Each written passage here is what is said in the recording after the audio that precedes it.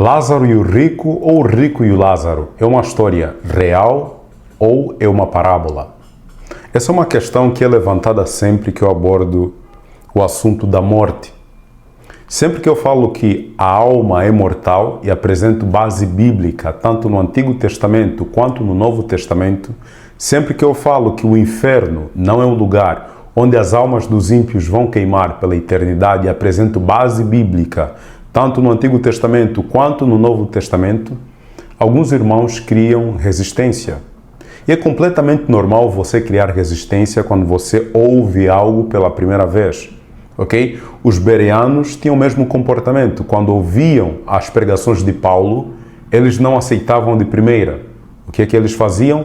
Eles iam para casa, conferiam nas Sagradas Escrituras para ver se aquilo que Paulo tinha pregado estava em conformidade com aquilo que a Bíblia diz e só depois eles aceitavam. Então é completamente normal você não aceitar de primeira aquilo que eu falo aqui no canal, ok? Vá conferir na Palavra de Deus e depois peça ao Espírito Santo para que te guie nesse processo de mudança de pensamento. Ao invés de você pensar como te ensinaram na tua denominação cristã sem base bíblica, você vai passar a pensar do jeito que a Bíblia diz. Nesse vídeo nós vamos analisar cada detalhe da história ou parábola do Lázaro e o rico.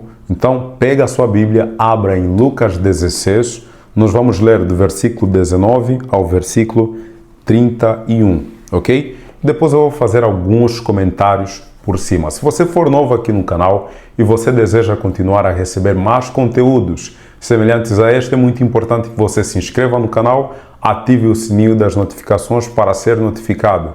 Sempre que eu postar um vídeo novo aqui no canal, vou pedir que ao final deste vídeo, se você achar que este vídeo foi útil, importante e relevante, deixe o seu like. Fazendo isso, você ajuda a divulgar mais e mais este canal e este vídeo, ok? Também vou pedir que no final do vídeo você deixe o teu parecer, aquilo que você pensa, aquilo que você entendeu nos comentários. E compartilhe este vídeo com o máximo de pessoas que você puder, porque há pessoas por aí que também têm essa dúvida se é uma história ou uma parábola, ok? Então, nós vamos analisar os versículos para nós entendermos isto.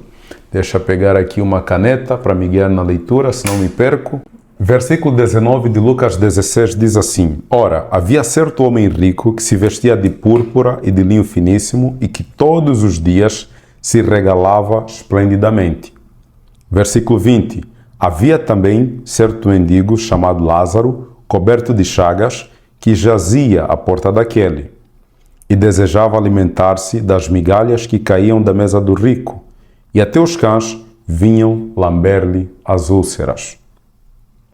Então nós vemos aqui, nos primeiros 3 versículos, que de um lado nós temos um homem rico com muitas posses, que se vestia muito bem todos os dias, e do outro lado nós vemos um homem pobre, mendigo, sem abrigo, que não tinha o que comer, e os cães vinham lamber-lhe as úlceras. Isso é para você entender que Lázaro se encontrava numa situação precária. Então o texto, logo no começo, já nos apresenta esse contraste, para nós entendermos o que vai acontecer depois. Versículo 22 diz assim: Aconteceu morrer o mendigo e ser levado pelos anjos para o seio de Abraão. Morreu também o rico e foi sepultado. No inferno, estando em tormentos, levantou os olhos e viu ao longe a Abraão e Lázaro no seu seio. Então, chamando, disse: Pai Abraão, tem misericórdia de mim e manda Lázaro que molhe em água a ponta do dedo e me refresque a língua, porque estou atormentado nesta chama. Disse, porém, Abraão: Filho, lembra-te que recebeste os teus bens em tua vida, e Lázaro igualmente os males. Agora, porém, ele está consolado, tu em tormentos. E, além de tudo, está posto um grande abismo entre nós e vós, de sorte que os que querem passar daqui para vós não podem, nem os de lá passar para nós. Então replicou: Pai Abraão, eu te imploro que o mandes à minha casa paterna, porque eu tenho 5 irmãos, para que lhes dê testemunho, a fim de não virem também para este lugar de tormento. Respondeu Abraão: Eles têm a Moisés e os profetas, ouçam-nos. Mas ele insistiu, não, pai Abraão, se alguém dentre os mortos for ter com eles, arrepender-se-ão. Versículo 31. Abraão, porém, respondeu, se não ouvem a Moisés e os profetas, tampouco se deixarão persuadir, ainda que ressuscite alguém dentre os mortos. Bom, então nós vemos aqui que depois que Lázaro e o rico morreram, um foi para o seio de Abraão, que no caso é Lázaro, e o outro foi para o inferno, certo? E lá no inferno, o rico viu que Lázaro estava no seio de Abraão, estava muito bem, e ele estava em tormentos. E ele pede para que Abraão fale com Lázaro para molhar a ponta do dedo para refrescar a sua língua, porque ele estava num lugar em chamas. Abraão fala que em vida ele recebeu as boas coisas, recebeu riquezas e Lázaro recebeu os males. Agora é o contrário, Lázaro está sendo consolado no seio de Abraão e o rico estava no inferno, em tormentos. E Abraão acrescenta que tem uma barreira entre Lázaro e o rico, de sorte que quem está nesse lugar de tormento não pode passar para o seio de Abraão e quem está no seio de Abraão não pode passar para o lugar de tormento. Então o rico implora que o pai Abraão mande que alguém vá falar com seus irmãos, porque ele tinha mais 5 irmãos que eram ricos, que viviam a mesma vida que ele, e esse rico não queria que esses irmãos viessem para o mesmo lugar que ele estava. E Abraão fala algo muito importante que vocês já vão entender daqui a pouco. Se eles não ouvirem Moisés e os profetas, tampouco se deixarão persuadir, ainda que ressuscite alguém dentre os mortos. Esta é uma verdade incontestável que você vai entender daqui a pouco. Bom, se esse relato fosse uma história real, a Bíblia entraria em contradição. Por quê? Eu vou levantar aqui uma pergunta. Nós somos salvos por fazermos boas obras ou nós somos salvos pela graça? Ok? Efésios 2, versículo 8 diz: pela graça sois salvos mediante a fé, não por obras para que ninguém se glorie, mas é um dom gratuito de Deus. Ok? Eu não sei se o texto diz exatamente com essas palavras, mas o essencial saiu, ok? Pela graça nós somos salvos e não por obras. E nós vemos aqui que o rico se perdeu por não ter ajudado a Lázaro. O texto aqui não diz que Lázaro aceitou a graça e o rico rejeitou a graça. O texto aqui não dá nenhuma dessas informações. Só dá a informação de que o rico tinha condições de ajudar Lázaro, mas não ajudou. Ok? Esta é a única informação. É muito óbvio que ser pobre não é requisito para ser salvo. Nós somos salvos pela graça, como eu já mencionei anteriormente. Há muitos personagens bíblicos que tinham muitas posses e foram salvos. O que falar de José? O que falar de Daniel e seus amigos que tinham muitas posses, mas foram salvos, ok? Ser pobre não é requisito para ser salvo. Então, se esse relato fosse uma história real, a Bíblia estaria entrando em contradição, certo? Este é o primeiro ponto.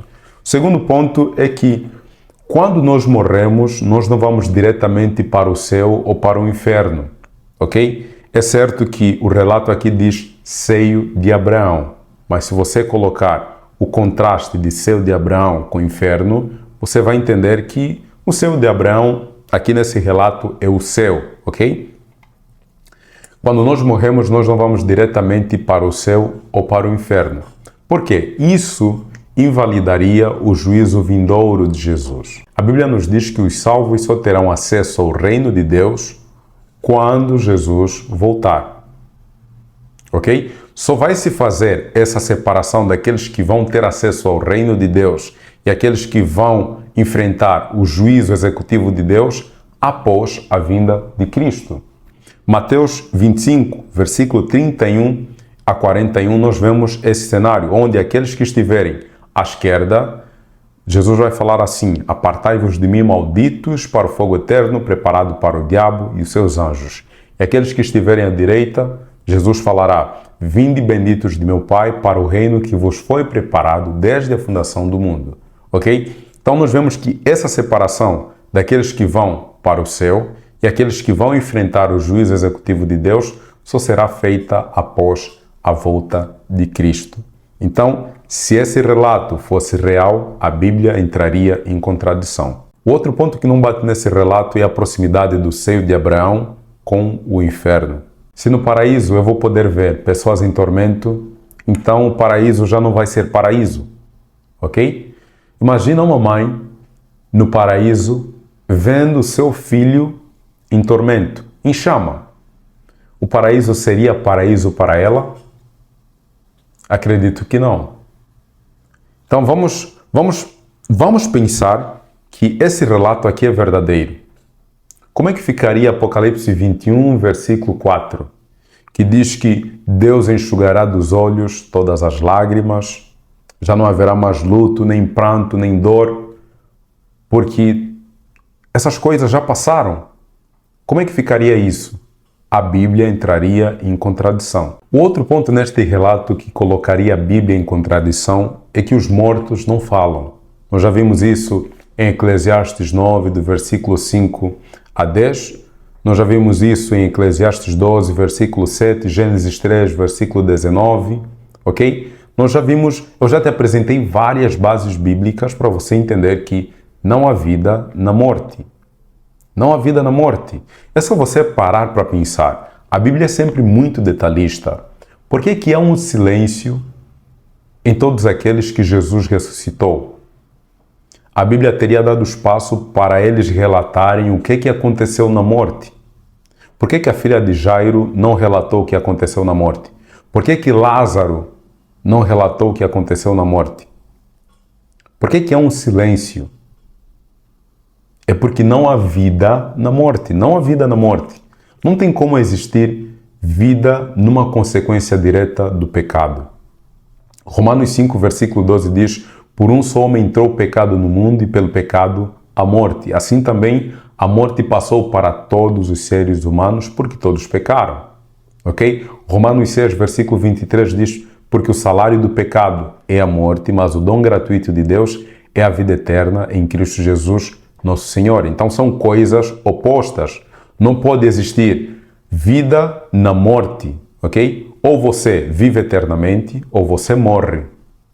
Não pode existir as duas coisas num só lugar. Então, se esse relato fosse real, a Bíblia entraria em contradição nesse ponto também. Ok, Camupa, estou a entender que, de fato, isso aqui não tem como ser uma história real. Um outro ponto que eu quero acrescentar aqui é que em Lucas 15, Jesus está a contar uma sequência de parábolas. Ok? Jesus conta uma sequência de parábolas. No capítulo 16, Jesus começa a contar a parábola do administrador infiel. E há muitos detalhes aqui que nos dão a entender que havia um alvo em específico. Jesus queria falar com um determinado grupo de pessoas. Por exemplo, no versículo 13, no final do versículo 13, ele diz assim: não podeis servir a Deus e as riquezas. Isso te faz perceber alguma coisa? Então, claramente aqui Jesus está se dirigindo a um grupo de pessoas que tinham muitas posses.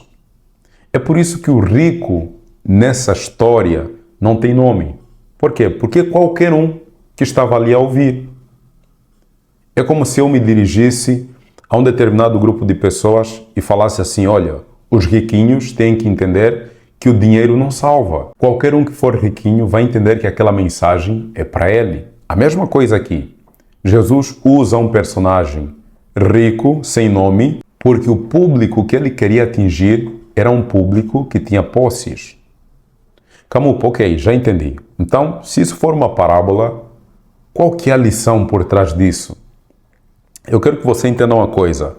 Parábolas são narrativas nem sempre realistas, ok? São narrativas fictícias, nem sempre realistas.